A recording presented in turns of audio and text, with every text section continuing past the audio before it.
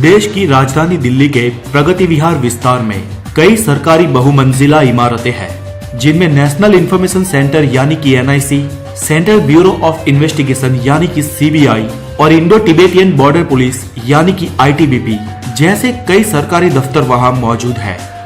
लेकिन इन सब में एक इमारत ऐसी भी है जिस पर कोई नाम नहीं लिखा और ना ही इस इमारत की पहचान की गवाही देने वाला कोई बोर्ड यहाँ पर लगा है।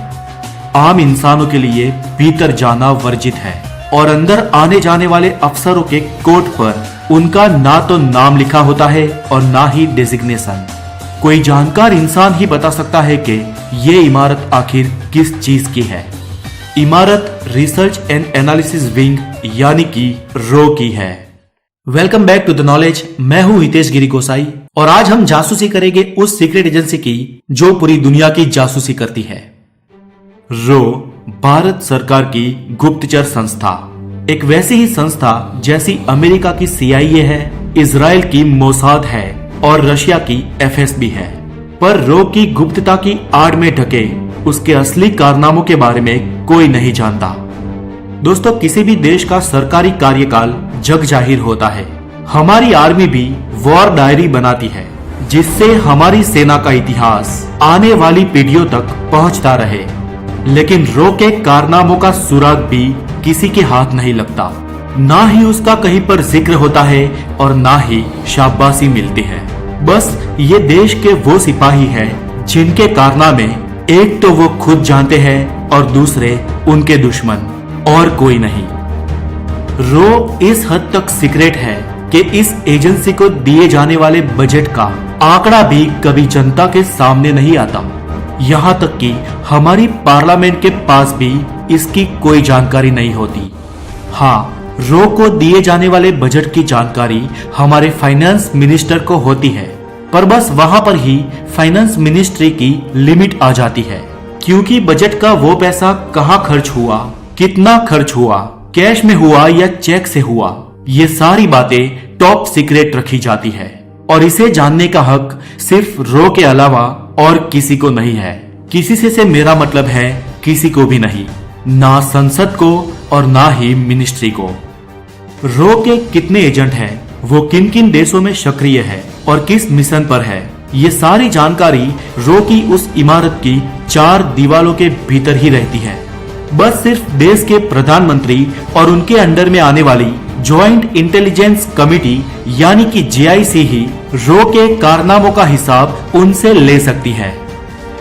धर्मो रक्षति रक्षित, इस सूत्र को अपना चुकी रो का असली काम देश के राजकीय, आर्थिक और सैन्य फायदों के लिए अन्य देशों में जासूसी करने का है। विदेशों में फैले खबरी नेटवर्क के लिए स्पाई ऑर्गेनाइजेशंस खूब पैसे देती है। रो के जासूस अपनी जान की बाजी लगाकर मिशन को अंजाम देते हैं, लेकिन उनके ये कारनामे ना तो कभी लोगों के बीच आते हैं और ना ही उनकी कभी सार्वजनिक तौर पर प्रशंसा होती है।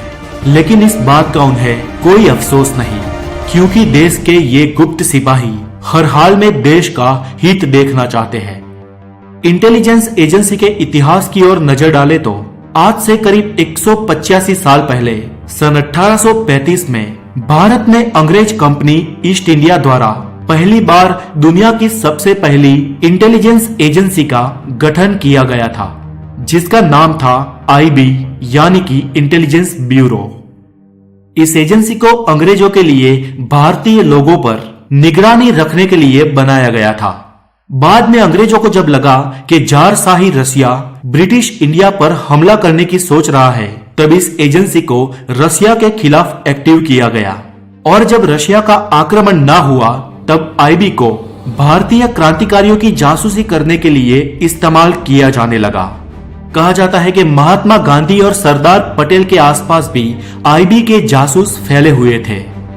उसके बाद दूसरे विश्व युद्ध में IB ने म्यांमार में रहकर जापानियों के वायरलेस संदेश को रिकॉर्ड किया था। बाद में सन 1947 में आजादी से पहले पहले अंग्रेजों ने IB के सारे सीक्रेट संदेश मिटा दिए। स्वतंत्रता के बाद IB की कमान संजीव पिल्लाई ने संभाली। अब तक अंग्रेजों के लिए काम करने वाली एजेंसी के एजेंट निष्क्रिय हो चुके थे। स्वतंत्रता के बाद आईबी महात्मा गांधी की हत्या को और पाकिस्तान एवं चीन की घुसपैठ को रोकने में नाकामयाब रही। पंडित नेहरू समय रहते नई एजेंसी खड़ी नहीं कर पाए, लेकिन इंदिरा गांधी ने ये काम पूरा कर दिया।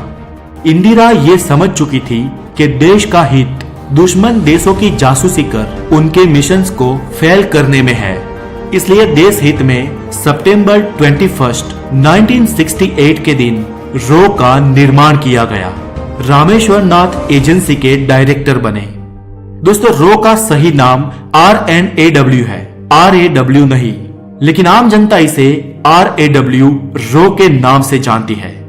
मजे की बात यह है कि रो के निर्माण के बाद भी इसकी गतिविधियों के बारे में कोई आम इंसान नहीं जानता था, लेकिन दिल्ली के एक पत्रकार अशोक रैना ने इस एजेंसी की पड़ताल की और सन 1981 में इनसाइड रो नाम की किताब लिखी और तब जाकर दुनिया को पता चला कि रो नाम की सीक्रेट एजेंसी भारत के लिए कार्यरत है।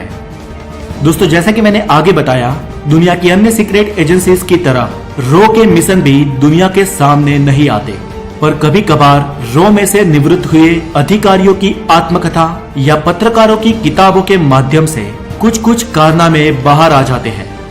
कुछ उदाहरण देखें तो सन 1971 में रो के एजेंटों ने पाकिस्तान के गुप्त संदेश को डिकोड कर उनके कराची में स्थित जहाजों को नष्ट कर दिया था।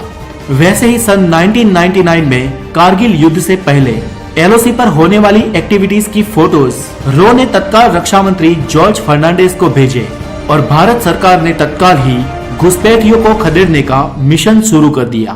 और ऐसे तो कई कारनामे हैं हमारी गुप्त एजेंसी के, जिनका जिक्र इस एक वीडियो में करना संभव नहीं है।